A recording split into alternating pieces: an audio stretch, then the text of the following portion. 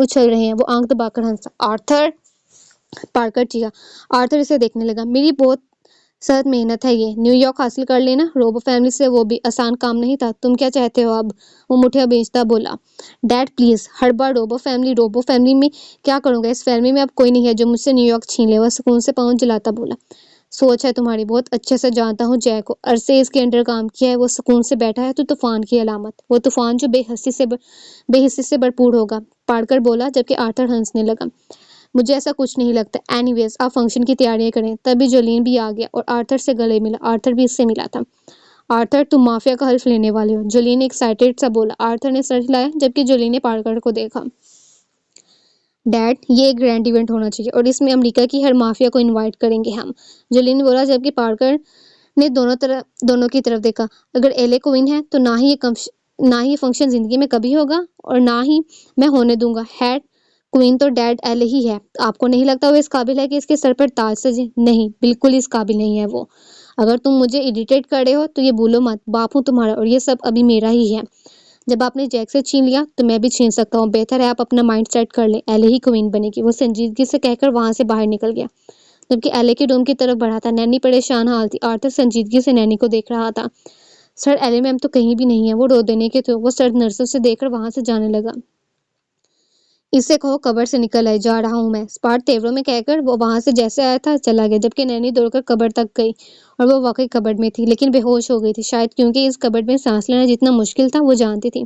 ایلے میم! اس نے اسے باہر کھینچا اور اس کے دان پان سے وجود کو سنبھال کر وہ باہر نکال کر بیڈ تک لائی اور بہت رونا آیا تھا ایلے کی حالت دیکھ کر۔ اس کے ہاتھ پاؤں سے ہلا رہی تھی، معلوم نہیں اسے کچھ کھایا تھا یا نہیں۔ نینی اس کے ہاتھ سے ہلا رہی تھی جبکہ آرتھر دروازے میں کھڑا اسے دیکھ رہا تھا۔ نینی ایک دم ڈر گئی۔ وہ اندر آیا اور پانی کا جگ اٹھا کر پانی ہتھیلی میں بھر کر ایلے کے چہرے پر چھڑک گیا۔ پانی کی بوندی پڑتے ہی اس کے سوکھے لب ہلے اور آرتھر نے اس کی وینس چیک کی۔ نینی مٹھیاں بھیجے کھڑی تھی۔ کیا آرتھر بھی اسے سزا دے گا؟ کچھ کھایا ہے اس نے؟ وہ نینی کو پلٹ کر دیکھنے لگا۔ نہیں سر، وہ پارکر سر نے منع کیا ہے کہ ایلے میم کو کچھ کھانے کو نہیں دینا، پھر میں چھپ کر بھی لائی تھی مگر انہوں نے کچھ نہیں کھایا، 2 دن سے یہ بھوکی ہیں۔ آرتھر نے سنجیدگی سے بات سنی اور سر ہلایا۔ جاؤ کھانا لاؤ اور جو ایلے کو پسند ہو وہ چیز لانا، آرتھر کہہ کر اس کے پاس بیڈ پر ہی بیٹھ گیا جبکہ ایلے آنکھیں کھولنے کی کوشش میں لگی ہوئی تھی۔ آرتھر کی اس کے چہرے پر رنگتے ہاتھوں کی حدت سے وہ یکدم آنکھیں کھول گئی اور جھٹکے سے اٹھ بیٹھی۔ وہ دور ہو گئی تھی اس سے۔ آرتھر ہنسنے لگا۔ مجھ سے آج تک کوئی لڑکی دور نہیں ہوئی، وہ بولا۔ ایلے سے اسے آنکھیں کھولے دیکھ رہی تھی۔ دیکھو میں نے تمہیں خرید لیا تو شاید میں یہ کافی عرصے سے چاہتا تھا۔ وہ سکون سے بیڈ پر پھیل کر بیٹھتے اسے گہری نظروں سے دیکھتا بولا۔ ایلے کانپ رہی تھی۔ مجھے ڈیڈ کا بیہیو تمہارے ساتھ سمجھ نہیں آتا، وہ کافی سخت ہے تمہارے ساتھ۔ وہ اس کا کانپنا دیکھ رہا تھا اور جس طرح اس کا وجود تھر تھر کانپ رہا تھا، آرتھر اس کی جانب مائل ہو رہا تھا جبکہ اس سے پہلے سے ایلے میں کچھ خاص دلچسپی نہیں تھی۔ میں نے تمہیں خریدا ہی اس لیے کہ تم یہاں سے نکلو اور آزاد زندگی گزارو۔ نیو یارک بہت آزاد شہر ہے اور تم اس کی آنے والی ملکہ ہو، تو میرے خیال سے تمہیں میرے ساتھ چل لینا چاہیے۔ اگر تم یہاں سے جانے پر رضامند ہو تو مجھے کوئی نہیں روک سکتا، وہ پھر سے بولا۔ ایلے نے آنکھیں اٹھا کر اسے دیکھا، آنکھوں میں حیرانگی تھی۔ سمجھ نہیں آ رہا تھا پہلے کوئی اتنی نرمی سے بات کر رہا تھا، اس کی رضامندی پوچھ رہا تھا۔ آرتھر ایسا تو نہیں تھا، پھر بھی وہ اسے ایسے کیوں بات کر رہا تھا؟ وہ حیرانگی سے دیکھنے لگی۔ آرتھر شاید اس کی آنکھوں کے مفہوم کو سمجھ گیا تھا، ہنسنے لگا۔ نینی تب تک کھانا لے آئی تھی۔ اوہ مجھے بھی بھوک لگنے لگی ہے۔ وہ ٹیبل پر لگی خوراک کو دیکھنے لگی۔ اسے بھوک تھی، وہ 2 دن سے بھوکی تھی۔ آرتھر نے کھانا کھانے کے لیے اسے کہا جبکہ وہ خوفزدہ نظروں سے اسے دیکھنے لگی۔ ایلے بیٹی کھانا کھا لیں پلیز، نینی نے بھی کہا۔ وہ ڈر رہی تھی۔ ریلیکس ڈیڈ ایک لفظ نہیں بولیں، اگر بولیں تو تم مجھے بتا سکتی ہو، وہ بولا جبکہ ایلے کے لیے یہ سب بہت نیا تھا۔ وہ اس کے کہنے پر کھانے کے لیے ہاتھ بڑھا گئی جبکہ آرتھر کو شاید خود بھی بھوک لگی تھی۔ وہ بھی فرائز اٹھا کر منہ میں رکھ گیا، البتہ گہری نظروں سے اسے دیکھ رہا تھا۔ نینی تو کافی خوش تھی کہ آرتھر نے کم از کم اسے انسان سمجھا تھا۔ وہ کھاتی رہی، خیر بول سکتی بھی نہیں تھی، سر جھکائے کھا رہی تھی کہ اچانک اس کے ہاتھ رک گئے۔ پارکر کے قدموں کی آہٹ وہ دور سے بھی محسوس کرتی اور اس نے سر اٹھایا تو دروازے میں کھڑا تھا اور اسے ایسی نظروں سے دیکھ رہا تھا جیسے ابھی جان لے لے گا۔ ایلے کے ہاتھ تھم گیا جبکہ رنگ بالکل پھیکا پڑ گیا۔ آرتھر نے گہرا سانس پڑا۔